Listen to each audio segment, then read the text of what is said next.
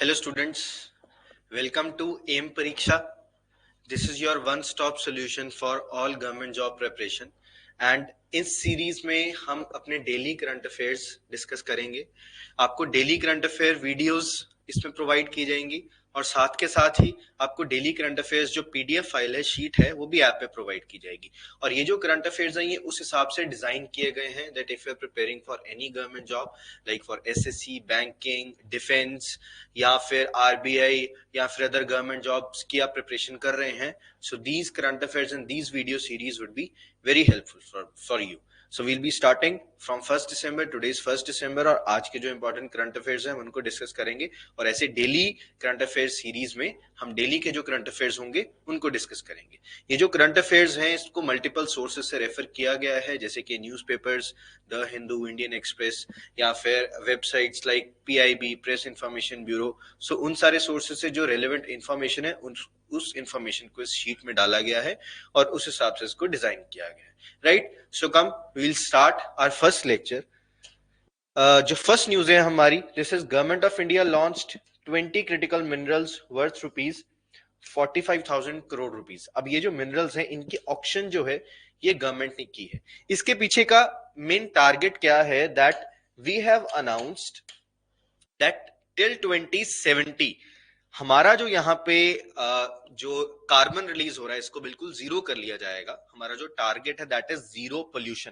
Till 2070 we will be having zero pollution. So उस target को achieve करने के लिए ये कुछ मिनरल्स हैं जो कि अलग अलग एरियाज में पाए जाते हैं. ये वो मिनरल्स हैं जिससे हम क्लीन एनर्जी जो है उसको प्रोड्यूस कर सकते हैं. अब ये कहाँ कहाँ पे पाए जाते हैं, लाइक छत्तीसगढ़, उत्तर प्रदेश, तमिलनाडु, ओडिशा, झारखंड, बिहार एंड अभी रिसेंटली हमें लिथियम रिजर्व्स भी मिले हैं जेएंडके में, which would be also helpful in different industries. So ये जो मिनरल्स हैं इनको ऑक्शन किया जाएगा, डिफरेंट कंपनीज जो हैं वो इसको परचेज करेगी और इसके बेसिस पे क्लीन एनर्जी प्रोड्यूस करेगी. Right? So this is part of India's effort to strengthen the critical mineral supply chain for energy transition and to achieve the net zero target by 2070. Right, और इसी के related कुछ हमारे important की points हैं, आप इनको साथ में पढ़ सकते हैं. राइट, आगे चलते हैं. नेक्स्ट हमारी न्यूज है UN AIDS world AIDS day report 2023, end of AIDS is possible by 2030. So हमारा जो 1 दिसंबर है, on that day every year world AIDS day is observed. अब एड्स क्या है? AIDS is acquired immuno deficiency syndrome, यहाँ जिसको हम एचआईवी भी बोलते हैं, human immuno deficiency virus. So ये बेसिकली वायरस है जो हमारे इम्यून सिस्टम को इफेक्ट करता है और इम्यून सिस्टम को जो है बहुत वीक कर देता है. सो इसलिए इस डे को ऑब्जर्व किया जाता है कि इसके अगेंस्ट क्या क्या प्रिकॉशंस लेनी चाहिए और लोगों में कुछ अवेयरनेस जो वो क्रिएट करने के लिए this day is observed every year on 1 December. Now on this day the joint United Nations program on HIV AIDS released the world's AIDS day report 2023. इस रिपोर्ट का नाम क्या है? Let communities lead. Now according to this report, इस report में क्या है, that if only frontline communities get full support. Now frontline communities, those communities who are really exposed to AIDS या जो बहुत वल्नरेबल कम्युनिटीज हैं जो इजीली जिनको एड्स हो सकता है, उन कम्युनिटीज के ऊपर अगर हम फोकस करें, अगर गवर्नमेंट्स फोकस करें, डोनर्स फोकस करें, सो बाय 2030 वी कुड एंड और इरेडिकेट द एड्स कंप्लीटली. ये एक बहुत इंपॉर्टेंट पॉइंट है, बहुत इंपॉर्टेंट इंफॉर्मेशन है जो इस रिपोर्ट में आई है. राइट, और इस बार का जो थीम है इस ईयर का, that is also let communities lead, जो कि इस रिपोर्ट का नाम है.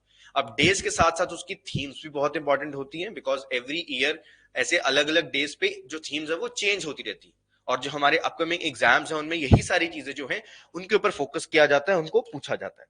राइट, आगे चलते हैं. हमारे बैंकिंग के लिए इंपॉर्टेंट न्यूज है, बैंकिंग इंश्योरेंस के लिए. LIC जीवन उत्सव. LIC हमें पता है life insurance corporation, it has introduced a new insurance plan with life time guarantee. क्या क्या एलिजिबिलिटीज हैं वो सारी यहाँ पे दी गई हैं. राइट, ये एक प्लान है. प्लान का नाम एक तो आपको याद रखना है, प्लान का नाम क्या है? जीवन उत्सव. अब क्वेश्चन आएगा कि जीवन उत्सव प्लान जो है, इंश्योरेंस प्लान जो है, वो कौन सी कंपनी ने इंट्रोड्यूस किया है? ऐसे क्वेश्चन हमें बैंकिंग के एग्जाम्स में देखने को मिलते हैं. राइट, एलिजिबिलिटीज वगैरह पे बहुत ज्यादा फोकस नहीं होगा, इनमें कुछ और आपके जो की पॉइंट्स हैं, की बेनिफिट्स हैं, आप उनके ऊपर फोकस कर सकते हो. जैसे कि ये जो प्लान है, this is available in two pay out options, regular income benefits and flexi income benefits. और इसमें आप डेथ बेनिफिट्स जो हैं वो भी अचीव कर सकते हो, राइट। और इसमें LIC जो है ये इंटरेस्ट पे करेगी अगर कभी आप डिले कर दिया, अगर आपने प्रीमियम पे करने में कुछ डिले हो गया, तो वो सारी चीजें हो सकती है। और जो पॉलिसी होल्डर है ही और she can also withdraw up to 75% of the balance accumulated flexi income benefits. जैसे नॉर्मली इंश्योरेंस प्लान में होता है कि हम कुछ अमाउंट जो उसको विड्रॉ कर सकते हैं, तो इसमें भी आप विड्रॉ कर सकते हो। इसको आप और डिटेल में इसके बारे में आप पढ़ सकते हैं। और साथ साथ यहाँ पे आपके कुछ इंपॉर्टेंट फैक्ट्स भी हैं LIC के बारे में, कि चेयरपर्सन कौन है, हेडक्वार्टर कहाँ पे है, कब एस्टैब्लिश हुआ LIC, ये सारी चीजें।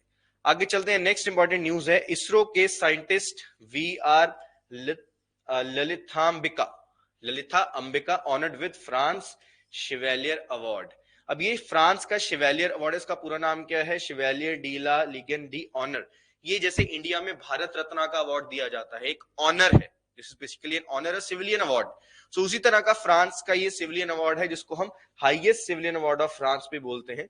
और ये किनको मिला है, VR Lalita Ambika, to promote the space cooperation between these two countries, India and France. Now, India and France जो है इनके bilateral ties हैं, चाहे वो डिफेंस सेक्टर है, चाहे वो साइंस एंड टेक्नोलॉजी का सेक्टर है, चाहे वो स्पेस सेक्टर है, राइट। तो उसी के लिए जो एफर्ट्स इन्होंने पुट किए, उसके लिए ये इनको ये अवार्ड मिला है। और ये फर्स्ट टाइम किसी इंडियन को नहीं मिला, सेकेंड टाइम एक इसरो के ही साइंटिस्ट को मिला है। पहले AS किरण कुमार, जो कि फॉर्मर चेयरमैन रह चुके हैं इसरो के, और प्रेजेंट चेयरमैन कौन है इसरो के, ये भी आप प्लीज कमेंट सेक्शन में आंसर कीजिए। नेक्स्ट क्लास में मैं इसका आंसर दूंगा कि प्रेजेंट जो है वो इसरो के चेयरमैन कौन है, राइट। तो ये भी हमारी एक इंपॉर्टेंट न्यूज है। अवार्ड्स एंड ऑनर्स जो है ये भी न्यूज में रहते हैं, तो उसके ऊपर भी फोकस करना थोड़ा जरूरी है, राइट। आगे चलते हैं। Garuda Aerospace received second type certificate from DGCA from medium category drones. Now Garuda Aerospace ये बहुत ज्यादा न्यूज में रहती है कंपनी।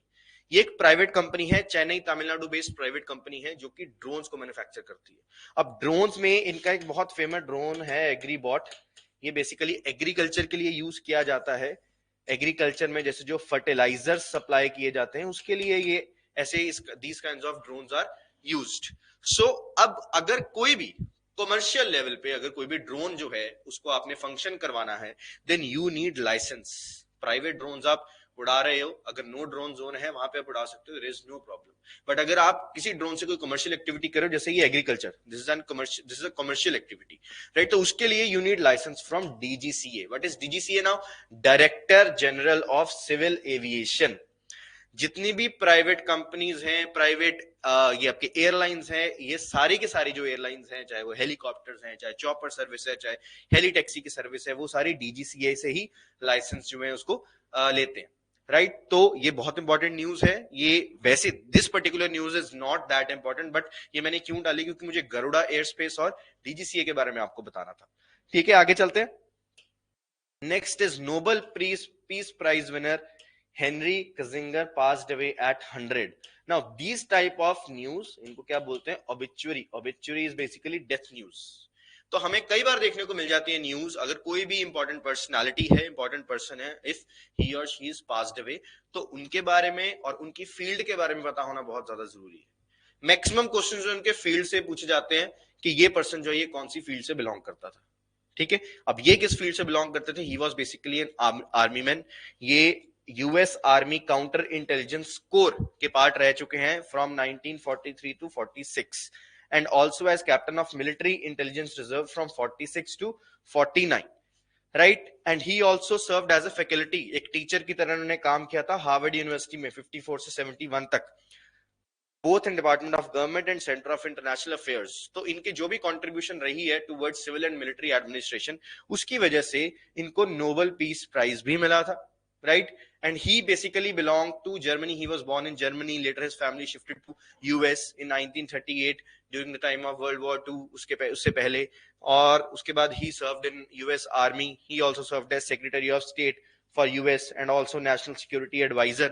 तो काफी ज्यादा हाई पोजीशन पे इन्होंने सर्व किया है, right? He is a Nobel Prize winner. ये बहुत इंपॉर्टेंट प्राइज पॉइंट है that he is a Nobel Prize winner, right? He has been passed at the age of 100. Next हमारी न्यूज है day of remembrance of all the victims of chemical warfare 2023। This is observed on November 30th. So United Nation Day of Remembrance of all the victims of chemical warfare. This day every year is observed on 30th November to pay tribute, श्रद्धांजलि देने के लिए, commemoration देने के लिए उन लोगों को who lost their lives or suffered from chemical warfare. Now what is chemical warfare? जैसे हमारा जो आज का मॉडर्न वॉरफेयर है, या जो अभी नई तरह का वॉरफेयर आ रहा है कि केमिकल्स जो है उसको छोड़ा जाता है, यहाँ बायोलॉजिकल वॉरफेयर है. पहले की लड़ाइयां जो थी वो हथियारों से लड़ी जाती थी, अब की लड़ाइयां जो है वो केमिकल से लड़ी जाती है. ठीक है, तो उन वॉर्स के बीच में जिन लोगों ने अपनी जान गंवाई है, उन लोगों को एक श्रद्धांजलि देने के लिए, ट्रिब्यूट पे करने के लिए कमेमोरेशन की जो डे है ये ऑब्जर्व किया जाता है every year on November 30th. Right, so these were are important news from 30th November. अभी जैसे हम 1 दिसंबर को हम ये बात कर रहे हैं तो ये प्रीवियस डे के करंट अफेयर्स होंगे, प्रीवियस डे के न्यूज होंगे. तो वैसे ही हम day by day important news जो है उनको डिस्कस करेंगे. सो आई होप ये जो वीडियो सीरीज है आपके बहुत ज्यादा हेल्पफुल रहेंगी, क्योंकि अपकमिंग बहुत सारे एग्जाम्स हैं और दिस वीडियो लेक्चर्स या वीडियो सीरीज जो है ये रेगुलर रहने वाली है. और ये आपके लिए एक गोल्डन अपॉर्चुनिटी है कि आप इसके साथ रेगुलर रहो, डेली सुनो, ये नोट्स जो हैं इनको डेली पढ़ो, प्रिपेयर करो, क्योंकि करंट अफेयर्स एक ऐसी चीज है जो कि हर एग्जाम के लिए इंपॉर्टेंट है. बट करंट अफेयर्स की कोई लिमिट नहीं है, देयर इज नो लिमिट. अब हर एग्जाम में अलग अलग टाइप्स ऑफ करंट अफेयर्स पूछे जाते हैं, तो हम ज्यादा से ज्यादा जितना ज्यादा हम पढ़ सकते हैं, जितना ज्यादा हमारे दिमाग में रिटेन रह सकता है, उतना ज्यादा हम फायदा ले सकते हैं इससे, और उतना ज्यादा हमें मैक्सिमम बेनिफिट एग्जाम में भी हो सकता है. Right, so see you in next lecture. Thank you.